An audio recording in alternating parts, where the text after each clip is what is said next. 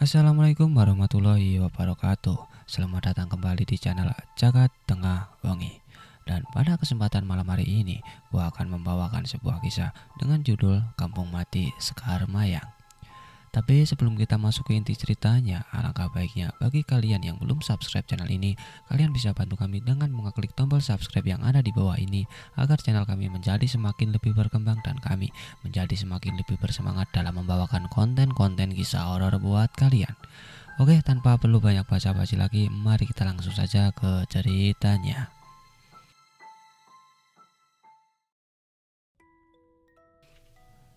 Tetesan gerimis menemani langit yang tengah menyambut sorenya di sebuah pabrik gula yang baru saja beberapa tahun beraktivitas setelah belasan tahun terbengkalai.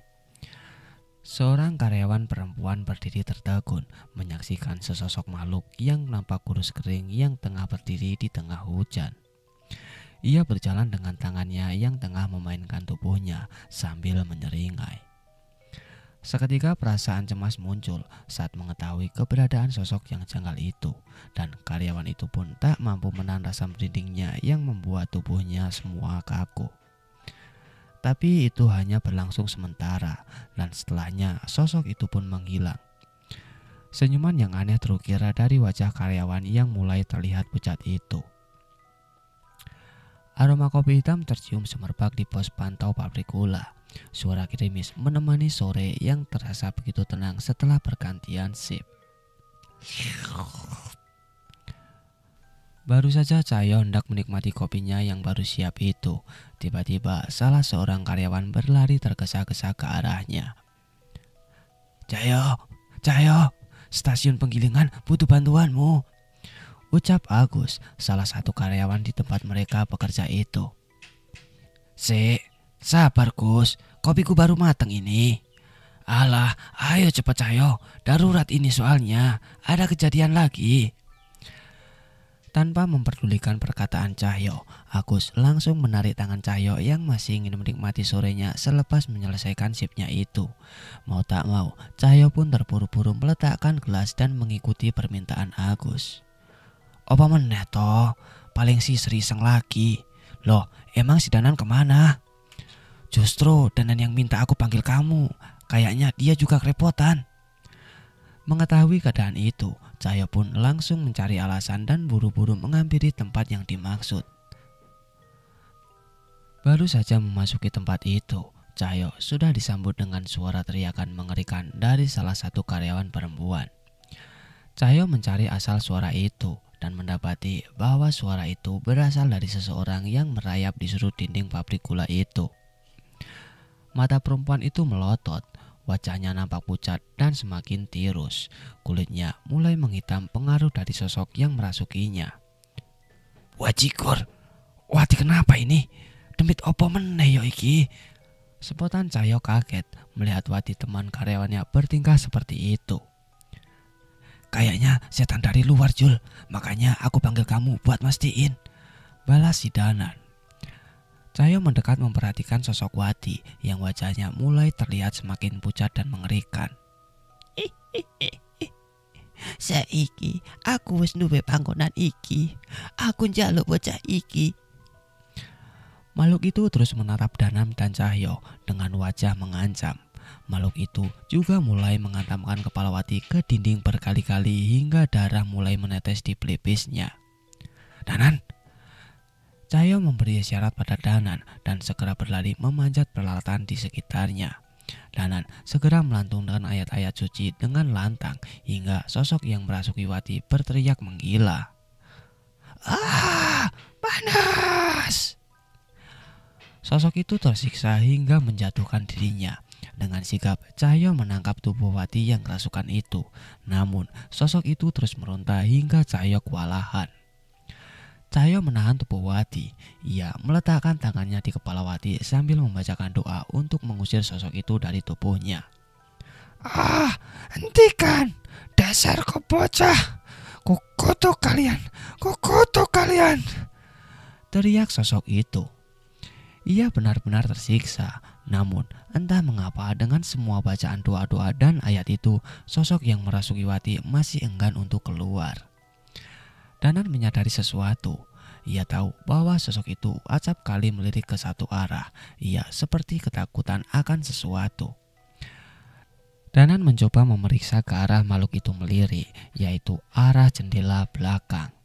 Dan benar, sosok bayangan anak kecil tengah berdiri di sana sambil mengawasi Wati. "Siapa itu?" Danan berlari menuju jendela, namun belum sampai di sana tiba-tiba sosok itu menghilang. "Mas, mau main sama saya?" Suara anak kecil terdengar begitu dekat di telinga Danan, namun Danan tak melihat sosok apapun di sekitarnya. "Yang kalah dikubur hidup-hidup ya." Seketika Danan merasa terancam. Ia tak melihat keadaan sosok itu, tapi merasa bahaya akan mengancam dirinya. "Cahyo, hati-hati ya."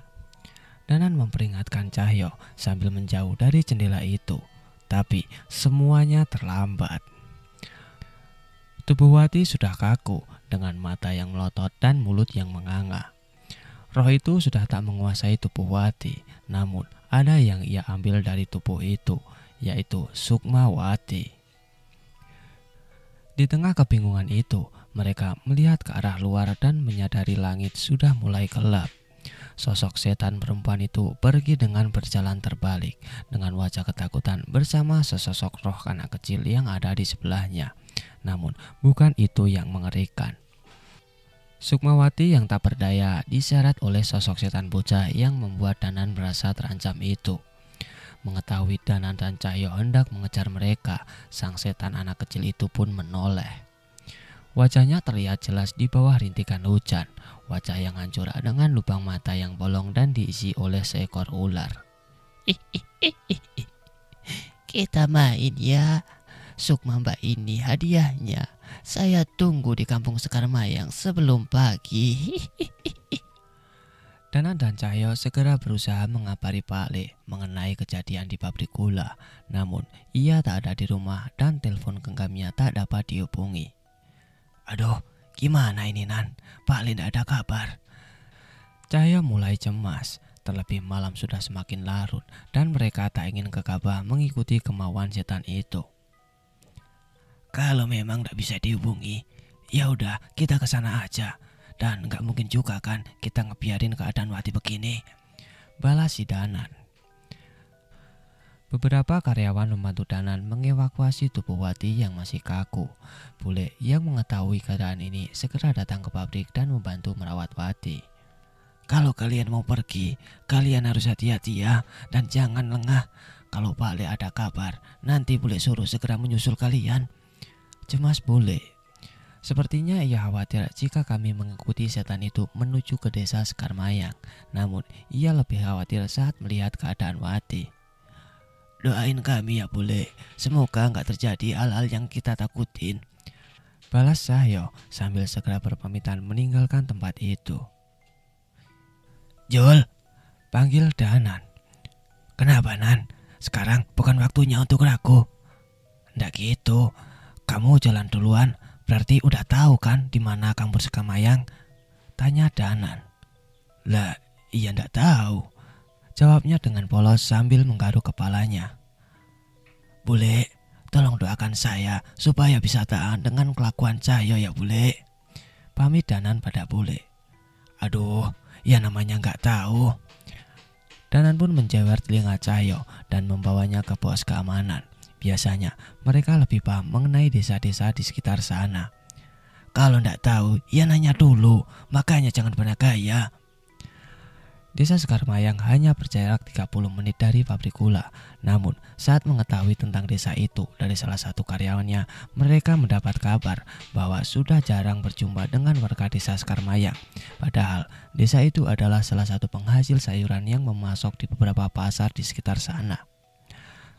Suara knalpot Vespa tua Cahyo terdengar menggema sepanjang perjalanan melintasi jalur-jalur pinggir perkebunan dan hutan. Namun tak begitu lama mereka pun sampai di depan sebuah gapura yang menunjukkan nama sebuah kampung, Sekarmayang. Kampung Sekarmayang tidak terlalu dipadati penduduk. Rumah-rumah di sana saling memiliki jarak. Biasanya ada kebun dan lahan yang membatasi tiap rumah di sana. Lampu-lampu rumah menyala, namun lampu yang menerangi jalan benar-benar hanya sedikit. Masih terlihat beberapa warga yang menikmati kopi di teras rumah, dan ada juga yang berpapasan dengan Danan dan Cahyo. Merasa suara motornya mengganggu, Cahyo pun memarkirkan motornya di tempat yang cukup luas. "Kita harus kemana, Nan? Kita sudah sampai di desa yang dikatakan makhluk itu," ucap Cahyo. Danan masih terlihat bingung. Ia melihat sekitar namun tak menemukan petunjuk apapun. Keadaan di sana sama saja seperti keadaan desa biasa di malam hari. "Ya udah, kita coba tanya warga desa yang masih bangun saja ya, Jul," balas si Danan. Mereka mencari keberadaan warga desa tersebut. Ada beberapa anak yang masih bermain di sekitar pohon bambu dan rumahnya masih menyala. "Dek, bapak ibu ada?" tanya Cahyo pada anak-anak itu. "Ya ada lah mas, emangnya saya ini yatim piatu." Mendengar jawaban bocah itu, Cahyo mulai merasa kesal. Tapi Danan dengan cepat menepuk pundaknya untuk memintanya bersabar. Nggak gitu dek, soalnya ada yang mau kami tanyakan. Boleh dipanggil sebentar ndak ya?" tanya Cahyo lagi. "Ndak boleh," balas anak-anak itu singkat.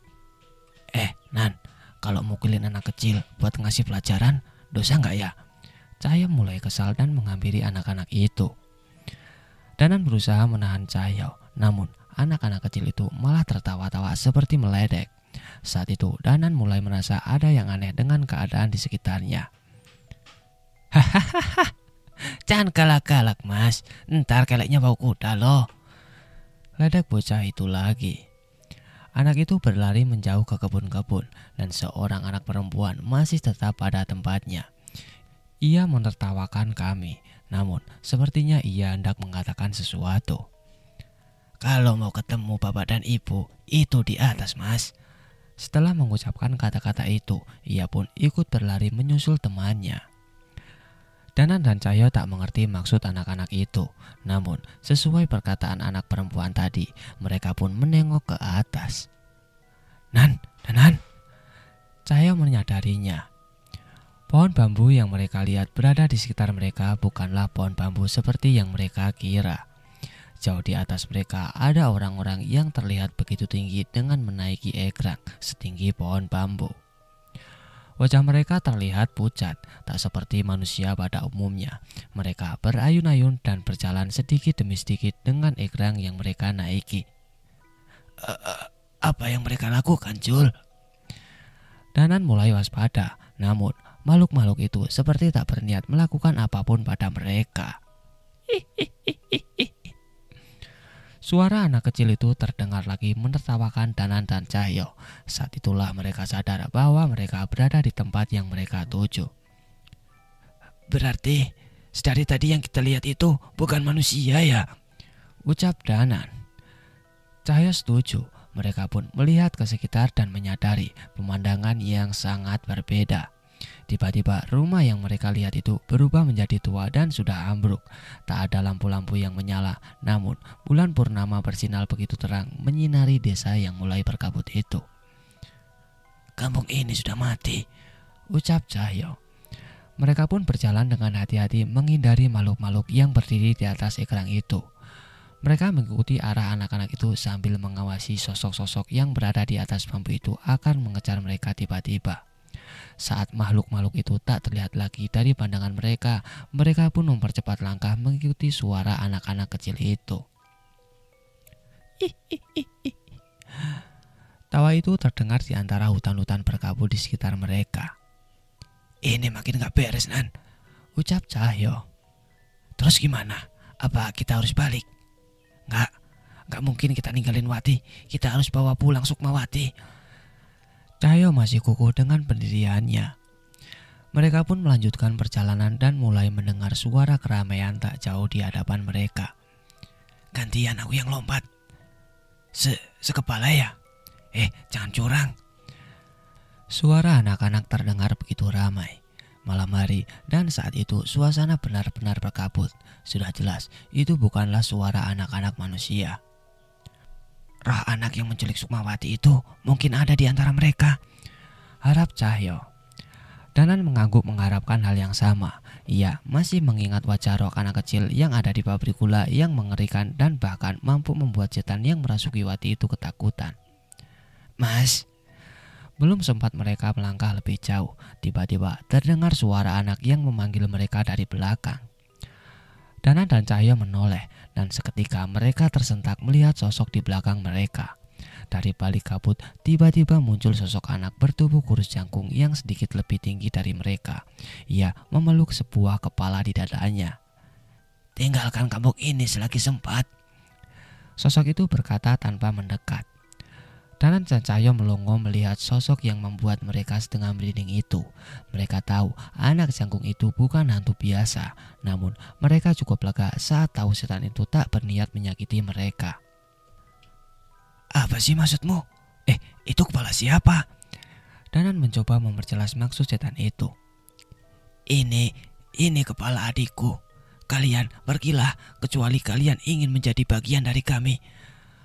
Sosok itu berbalik dan berjalan ke dalam kabut dan perlahan menghilang. "Adik?" Cahyo mengerutkan dahinya. Ia mulai menebak-nebak mengenai desa ini. "Waktu kalian tidak banyak." Tiba-tiba wajah sosok itu muncul lagi dengan secara tiba-tiba sambil berteriak tepat di sebelah wajah Danan dan Cahyo. Mereka yang kaget pun terjatuh lemas. Namun sosok itu kembali menghilang begitu saja meninggalkan mereka. Wajah Danan dan Cahyo pucat. Mereka tak menyangka dengan kemunculan sosok itu. Mereka pun mengatur nafas sebelum kembali berdiri dan memutuskan mereka akan mengikuti keinginan setan itu. "Sepertinya sesuatu yang mengerikan terjadi terhadap warga kampung ini," ucap Cahyo. "Iya benar, mungkin mereka bukan bersarang di sini, tapi mungkin saja mereka memang sudah ada di sini semenjak mereka hidup." Danan dan Cahyo mulai bimbang. Mereka memikirkan semua kemungkinan. "Kita lanjutkan?" tanya Cahyo. Iya, tapi perkataan setan tadi juga jangan sampai kita abaikan. Jangan lengah." Mereka pun kembali melangkah menuju asal suara anak itu. Samar-samar, Danan dan Cahyo merasakan bahwa sosok tadi masih berada di sekitar mereka dan mengawasi mereka. "Itu, pegangmu kurang tinggi." "Alah, kebanyakan gaya kamu ini, nanti jatuh loh." Saat mereka menembus kabut, mereka disambut dengan pemandangan anak-anak kecil yang sedang asyik bermain di bawah cahaya bulan dan diselimuti kabut. Sayangnya, anak-anak yang mereka lihat semuanya berwajah pucat dan berpakaian lusuh. Luka borok dan tubuh yang meneteskan darah menghiasi tubuh mereka. "Habis leher, sekepala ya? Gimana caranya? Aku gak punya kepala loh." Mereka berjalan melintasi anak itu. Walau sering berurusan dengan setan di pabrik gula, tapi pemandangan itu tetap saja membuat mereka terganggu. Terlebih keberadaan mereka berdua mengganggu permainan mereka. Saat mereka melintas, anak-anak itu berhenti bermain dan memandang sepenuhnya ke arah Danan dan Cahyo. "Permisi, numpang lewat ya." Anak-anak itu tak menggubris dan terus memandangi mereka berdua. Namun saat sampai di tengah-tengah mereka, salah satu anak itu mulai berbicara. "Mas, ikutan yuk." Seketika perkataan yang sederhana itu membuat mereka khawatir. Gak Bi." Belum sempat Cahyo menjawab, ia merasa ada sesuatu yang salah. Mereka sadar bahwa jika mereka salah menjawab, sesuatu yang buruk mungkin terjadi pada mereka. Cahyo menyekut Danan. Ia mengharapkan Danan beraksi atas keadaan itu. Namun Danan pun masih memikirkan sesuatu. "Kalau kita tolak, mereka bisa marah dan mungkin saja kita nggak bisa pergi dari sini. Tapi kalau kita terima, kita nggak tahu keadaan Wati," bisik Danan. Tatapan makhluk-makhluk itu pun mengikuti mereka berdua. Kami mencari anak-anak seperti kalian yang membawa sukma teman kami. Apa kalian tahu?" Danan pun mencoba mengutarakan maksud mereka kenapa mereka berada di sana. Setidaknya pertanyaan mereka mungkin bisa mengalihkan roh-roh anak-anak itu. Pasti dia juga ikut main." Mereka pun menoleh ke salah satu arah di antara salah satu pohon. Ada satu pohon besar di sana yang tertutup kabut. Saat kabut itu menipis, barulah terlihat sosok orang-orang berwajah pucat tergantung tak beraturan di pohon itu. "Ikut dolanan yuk mas." Dari salah satu atap rumah, seorang anak memaksa mereka. Danan dan Cahyo benar-benar melihat pemandangan yang gila. Mereka pun sadar bahwa sosok makhluk yang di atas ekran dan tergantung di pohon tua itu adalah sukma orang-orang yang ingin bermain bersama mereka. Menyadari hal itu, Danan dan Cahyo mulai membacakan doa-doa dan ayat suci sambil berjalan menjauhi anak-anak itu. Seketika, saat itu juga wajah mereka berubah menjadi beringas. Setan anak-anak itu terus melotot ke arah Danan dan Cahyo dengan penuh ancaman, namun mereka seolah tak berani mendekat. Perbuatan mereka membaca doa-doa itu membuat Danan dan Cahyo semakin dianggap sebagai ancaman di tempat itu. Setelah meninggalkan anak-anak itu, mereka masih merasakan keberadaan banyak sosok yang berlarian mengikuti mereka dari berbagai sisi. Ayo Jul, cepat, ini semakin gak benar. Mereka pun berlari menjauh. Saat itu, mereka tiba-tiba saja melihat keberadaan setan anak yang membawa kepala tadi di hadapan mereka. Gerak-geriknya terlihat aneh, seolah meminta untuk diikuti. Ayo, kita ikuti dia. Cahyo memastikan. Setan itu satu-satunya petunjuk yang kita punya. Belum sempat mereka melangkah lebih jauh, tiba-tiba ada suara terdengar di telinga Danan. Danan, pergi, jangan ke sini. Ada suara teriakan yang terdengar oleh Danan. Ia mengenali suara itu, suara Wati. Shh. Danan meminta Cahyo untuk tetap diam dan suara itu mulai terdengar lagi. Danan, cepat pergi, jauhi tempat ini. Kamu dengar gak Jul? Tanya Danan. Cahyo memejamkan telinganya dan suara itu terdengar secara samar-samar di telinga Cahyo. Itu Wati, ayo kita ke sana. Cahyo yang ingin bergegas berlari ke sana, namun tiba-tiba setan anak jangkung yang membawa kepala itu tadi menghadang mereka. Minggir, perintah Cahyo. Mengetahui Cahyo tak peduli dengan kemunculannya, setan itu melewati Cahyo dan mendekat ke arah Danan. Seketika tubuh Danan gemetar, tubuhnya terjatuh dan sebuah penglihatan yang mengerikan terlihat di benaknya. Desa Sekarmayang 3 tahun yang lalu. Suara langkah kaki terdengar dari seorang anak laki-laki yang berlari kebingungan. Anak bertubuh tinggi itu mengetuk pintu rumah dan berharap ada seseorang yang bisa menolongnya. Pak, tolong eyang saya. Berkali-kali ia mengetuk pintu rumah itu, namun tak ada satupun yang keluar. Itu adalah rumah yang kesekian kalinya ia datangi. Ia yakin ada seseorang di dalam terlihat dari lampu yang masih menyala. Pak, tolong Pak. Mata anak itu mulai berkaca-kaca. Ia hampir putus asa mencari pertolongan untuk eyangnya yang terbaring tak berdaya di ranjang. Eyang saya kesakitan Pak. Tadi kejang-kejang. Saya takut eyang kenapa-napa. Walaupun sudah memohon seperti itu, tak ada satupun orang di rumah itu yang membukakan pintu untuknya. Ia tidak mau menyerah. Kali ini ia mencoba membuka pintu dan menghadapi sendiri tetangganya walau harus memohon dan bersimpuh. Ia hanya ingin meminta tolong agar seorang menolong eyangnya untuk berobat. Maaf, saya izin masuk. Anak laki-laki itu memasuki rumah dan menyadari bahwa suasana begitu sepi. Di tengah kubunya, ia pun menemukan keberadaan sang pemilik rumah. Pak Sukir, coba anak itu menyapa. Pak. Saat itu anak itu pun tersadar, bukan Pak Sukir yang tidak ingin menjawab panggilannya, melainkan tubuh Pak Sukir sudah terbaring menjadi mayat di rumahnya sendiri tanpa seorang pun yang menolongnya. Anak itu pun terjatuh berlutut dan wajahnya semakin pucat. Selain Pak Sukir, warga desa Sekarmayang hanya dihuni oleh warga yang sudah berumur. Ia keluar dari rumah dan menyadari bahwa semua orang di sana mengalami penyakit sama yang seperti dialami oleh eyangnya. Beberapa saat sebelumnya, warga desa telah menghukum mati seorang dukun santet yang telah membunuh puluhan nyawa di desa itu. Dukun itu tertangkap saat seorang bapak yang anak perempuan dan istrinya menjadi korban berhasil memaksa pelaku santet itu untuk menunjukkan keberadaan sang dukun. Warga pun beramai-ramai mendatangi sebuah rumah tempat terpencil di mana dukun itu tinggal. Sebuah rumah di bawah lembah yang hanya dapat didatangi dengan berjalan kaki. Saya itu hanyalah pisau yang digunakan oleh kalian. Apa yang saya lakukan hanyalah perwujudan niat dari sesama kalian. Dukun itu membela diri saat warga mengepung rumahnya. Warga desa Sekarmayang pun menarik seorang perempuan parubaya yang meminta sang dukun untuk melakukan santet itu ke hadapannya. "Ampun, ampun, saya menyesal." Perempuan itu menangis dengan wajah yang sudah lebam dan tubuh dengan penuh luka. Tangisan itu tak berarti di hadapan warga desa. Mereka pun kemudian menjambak rambut perempuan itu dan memisahkan kepala dari tubuhnya. Serat!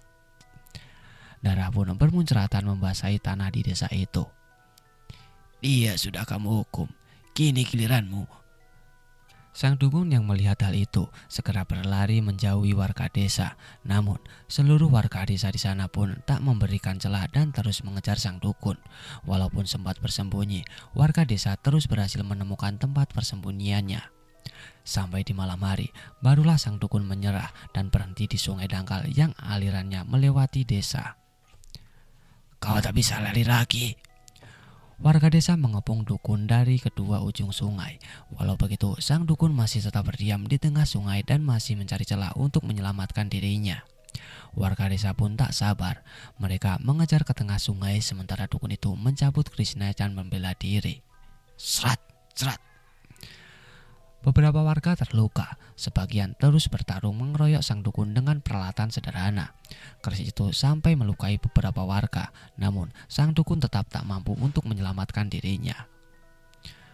Dukun itu pun memuntahkan darahnya saat warga berhasil merebut kerisnya dan menusukkan pada dirinya. "Dendam, aku dendam." Dukun itu berusaha mengutarakan dendamnya di penghujung nyawanya. "Darahku akan mengalir bersama air ini dan menjadikan Banyu Pati. Aku kembali dalam wujud kutukan yang akan menyiksa kalian hingga mati." Selep. Warga desa tak peduli. Ia menarik keris di tubuh dukun itu dan menusukkannya sekali lagi. Tubuh yang membusuk, bagian tubuh yang terpisah, darah yang terus mengalir, dan rasa sakit yang tak berkesudahan. Kalian akan merasakan itu semua sebelum kalian mati. Kali ini dukun itu sendiri yang menarik keris itu dari tubuhnya dan menusukkannya ke leher. Tubuh dukun itu pun tumbang dan mati dengan membawa dendam kesumat. Darahnya merubah air sungai menjadi merah dan terus mengalir hingga desa Sekarmayang. Warga desa pun menyeret tubuh dukun itu dari sungai dan membakarnya bersama sesosok perempuan yang dipenggal tadi. Sosok perempuan yang tidak terima ketika kekasihnya itu meninggalkannya dan hidup bahagia dengan keluarga barunya. Kampung menjadi lebih tenang setelah kematian sang dukun. Teror santet yang dulu menghantui warga desa tak lagi terdengar. Seluruh warga desa merasakan apa yang mereka lakukan adalah keputusan yang tepat. Sampai saat suatu malam, warga desa melihat seseorang berjalan dengan langkah yang aneh di tengah desa. Ia berbicara namun suaranya begitu kecil. Wajahnya pucat dan tubuhnya penuh dengan luka. Warga yang masih menikmati film di pos ronda melihat sosok itu semakin dekat dan menyadari bahwa tubuhnya berlumuran darah yang mengalir terus dari matanya. Tolong. Beberapa orang tua dan anak kecil yang sedang menonton televisi di pos itu pun panik. Mereka berlari mengambil orang itu yang merupakan salah satu warga desa. Sayangnya, warga itu terjatuh dan tak lagi tertolong. Setelahnya, tiba-tiba terdengar suara teriakan minta tolong dari orang-orang yang berlarian keluar dari rumah. Penyakit aneh tiba-tiba menyakit warga desa Sekarmayang. Satu persatu warga desa mengalami penyakit yang membuat tubuh mereka membusuk dan semakin lama semakin menghitam hingga bagian tubuhnya terlepas dari tubuhnya. Sebagian warga desa mencoba meminta pertolongan dari warga desa lain. Namun, saat mengetahui gejala itu, tak ada satupun yang mau menolong. Desa Sekarmayang pun dianggap tengah terjangkit wabah penyakit kusta. Lebih kejamnya lagi, warga desa lain menutup akses jalan desa Sekarmayang yang sudah sulit itu, hingga akhirnya mereka tak bisa lagi meninggalkan desanya. Satu persatu warga desa mati karena penyakit itu. Ada yang mengatakan itu wabah, ada juga yang mengatakan penyakit yang disebabkan oleh kutukan sang dukun yang membuat siapapun yang meminum air di desa itu akan mengalami penyakit yang sama. Anak-anak melihat Eyang dan keluarga mereka mati dengan mengerikan terlebih dahulu. Harapan mereka adalah orang tua mereka yang bekerja di luar kota kembali untuk menolong. Sayangnya itu tidak terjadi. Anak-anak itu menghabiskan sisa hidupnya dengan bermain menghibur dirinya untuk menahan rasa lapar dan rasa sakit yang mereka tahan. "Halim, adikmu sudah mati pas main tadi. Ini kepalanya," ujar seorang anak yang tubuhnya pun sudah membusuk dan mungkin tak mampu bertahan lebih lama lagi. Halim, anak jangkung itu, hanya terus menangis sambil memeluk kepala adiknya yang terpisah setelah tubuhnya membusuk. Ia mati setelah seluruh teman-temannya mati. Setidaknya mereka mati sambil bermain mainan kesukaannya. Air mata Danan menetes tepat setelah mendapatkan kesadarannya kembali. Ia tak mampu menahan kesedihannya dan memukulkan tinjunya ke arah tanah. "Sialan!" teriaknya. "Kamu melihat sesuatu, Nan?" tanya Cahyo. Danan mengusap air matanya, namun ia masih berjuang menahan kesedihannya. "Kotokan Banyupati menyerang desa ini dan seluruh warga desa mati. Anak-anak itu bermain di akhir hayatnya untuk mengalihkan rasa sakit dan kesedihan mereka." Mendengar ucapan Danan, saya merasakan perasaan yang sama. "Jadi mereka itu warga sini?" Danan mengangguk. "Keluarga mereka itu mati lebih dulu dan desa ini dianggap terkena wabah kusta sehingga warga desa lain menutup akses ke desa ini. Anak-anak itu terjebak sampai akhirnya mereka semua mati." Kini Danan dan Cahyo mulai mengerti apa yang terjadi di sana. Danan pun menghampiri sosok anak jangkung yang bernama Halim yang memberikan penglihatan padanya saat itu. "Apa kau ingin pergi lebih dulu?" tanya Danan yang bersiap untuk membacakan doa menenangkan Halim. "Aku pergi jika teman-temanku pergi," jawabnya. "Iya, aku mengerti. Aku janji mereka akan pergi dengan tenang," balas Danan. Cahyo membacakan rangkaian ayat-ayat suci dan menyentuh kepala adik Halim yang berada di pelukannya. Ada kekuatan dari roh Wanasura yang mengalir ke kepala itu. Tiba-tiba tubuh roh adik Halim kembali dan ia bisa berdiri berdampingan dengan kakaknya. "Mas Halim." Roh anak perempuan itu tersenyum melihat kakaknya. "Tunggu sebentar ya, setelah ini kalian akan pergi dengan tenang.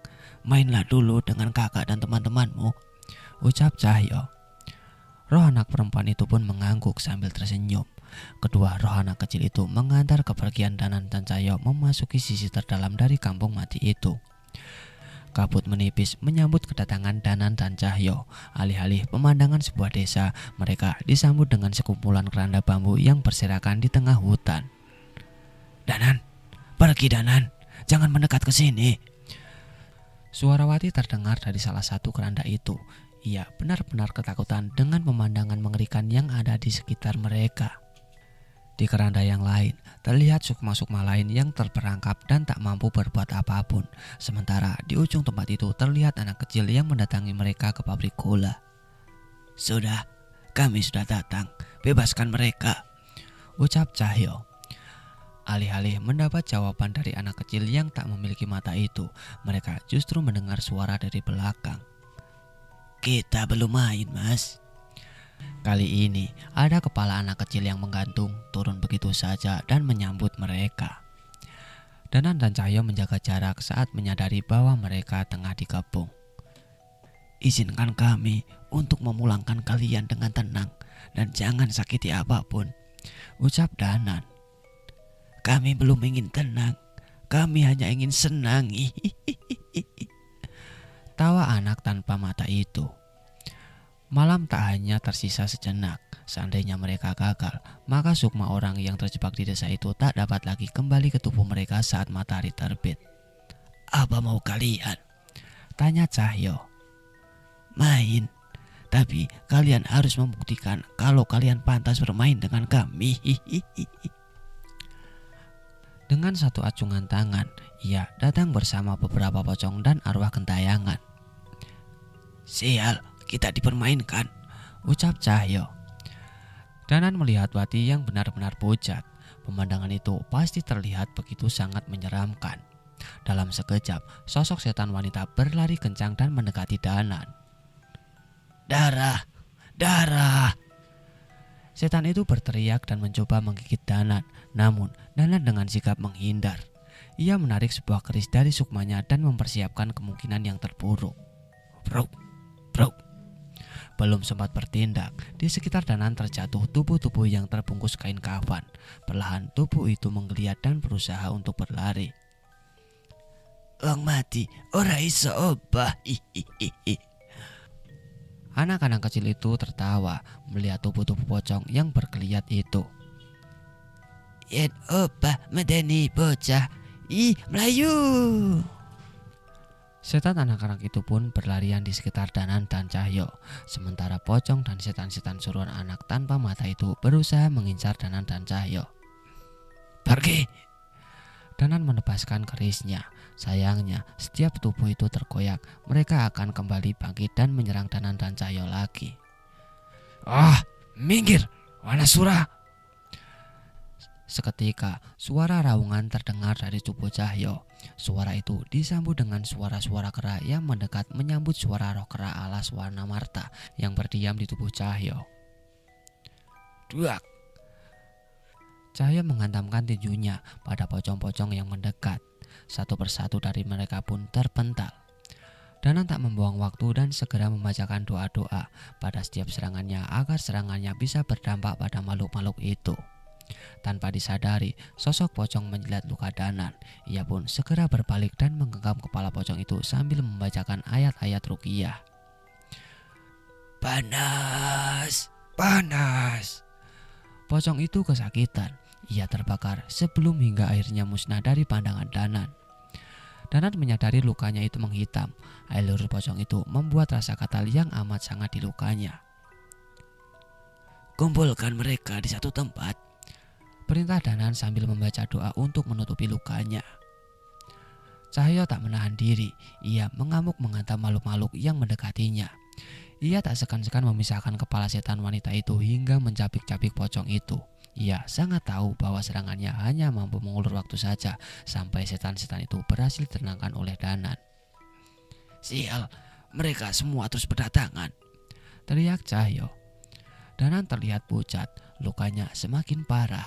Namun ia terus berusaha untuk tenang sambil membaca doa-doa yang mampu memusnahkan setan-setan itu. Suara teriakan setan itu bersautan dengan suara anak-anak kecil yang terus tertawa sambil berlari bermain di antara keranda-keranda itu. Minggir, sebanyak apa sih teman-teman setanmu bocah sial? Cahyo kesal. Namun ia tak bisa menganggap remeh setan anak kecil yang mampu memberitakan begitu banyak setan di desa ini. Sakit, panas, hentikan. Teriakan setan-setan itu terus terdengar. Namun tanpa sadar gelapnya malam mulai memudar. Danan dan Cahyo mulai panik. Sayangnya tubuh Danan terlalu lemah dan Cahyo mulai kelelahan. Cahyo berteriak sekuat tenaga menghantam setan terakhir yang menyerangnya. Danan menangkap wajah setan itu dan membacakan doa untuk meruqyahnya. Blar! Setan itu kesakitan dan terbakar. Namun saat setan-setan itu pergi, cahaya matahari subuh mulai memasuki desa Sekarmayang. Mereka terlambat. Suara tawa anak-anak itu terdengar memilihkan. Satu persatu sukma orang-orang yang berada di dalam keranda menghilang dari pandangan mereka. Wati, Wati, teriak Cahyo. Sayangnya saat Cahyo memaksa membuka keranda itu, Sukmawati sudah tak lagi berada di sana. Ia pun menoleh dengan penuh amarah ke anak yang menguasai desa itu. Aku menang, ucap setan itu. Cahyo geram. Ia dikuasai oleh amarah dan hendak membalaskan perbuatan setan anak kecil itu. Brengsek, slap. Langkah Cahyo terhenti. Keris Raka Sukmadanan menancap tepat di depan langkah kaki Cahyo. Tunggu. Dengan langkah yang lemah, Danan berusaha untuk berjalan dan mendekat ke arah setan-setan itu. Ia seperti mengetahui sesuatu. Mengapa kau melakukan semua ini? Ucap Danan. Udah, jangan banyak tanya. Anak ini sudah menjadi setan sepenuhnya. Plak. Kali ini Danan memukul Cahyo dengan tubuh lemahnya. Diam dulu. Sukmawati sudah kembali. Cahyo pun bingung. Rupanya saat Sukmawati menghilang, Danan sempat melakukan raka sukma untuk menyelamatkan Sukmawati. Tapi tak ia sangka saat pagi tiba, seluruh sukma itu kembali ke tubuhnya masing-masing. Ancaman setan itu hanya gertakan semata. Terima kasih ya Mas, ucap setan itu. kami hanya ingin bermain untuk terakhir kalinya, ucap sosok anak tanpa mata itu. Saat seluruh anak-anak di desa itu berkumpul di sekitar Danan dan Cahyo, termasuk Halim dan adiknya pun juga mendatangi mereka. Selama ini aku yang menjaga desa Sekarmayang. Kami hanya ingin bermain, tidak lebih kok. Tapi setan-setan itu datang dan mencoba menguasai tempat ini. Mereka ingin menikmati mayat-mayat yang mati dengan tak wajar. Mereka hanya ingin membawa manusia untuk tersesat ke desa ini. Namun mereka tak lebih kuat dari kami, ucap setan itu. Rupanya selama ini banyak setan-setan yang berusaha menghuni kampung mati itu. Keberadaan kampung mati membuat setan-setan mudah menakuti manusia dan membuat mereka jatuh ke dalam dosa. Namun setan-setan bocah itulah yang menahan setan-setan itu. Tapi ini malam terakhir bagi kami. Sudah 1000 hari kami bermain dan saatnya kami menyusul keluarga kami. Kami pergi, namun setan-setan itu tidak. Kami tak ingin setan-setan itu menguasai kampung kelahiran kami ini. Danan dan Cahyo mulai mengerti mengapa sejak memasuki desa mereka disambut oleh setan-setan anak kecil yang memainkan permainan manusia. Pada bisa main ular naga enggak? Mas temenin yuk.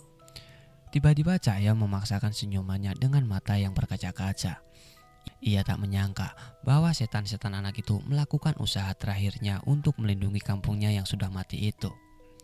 Tenang saja, kami akan memastikan kampung kalian menjadi tempat yang asri, ucap Danan.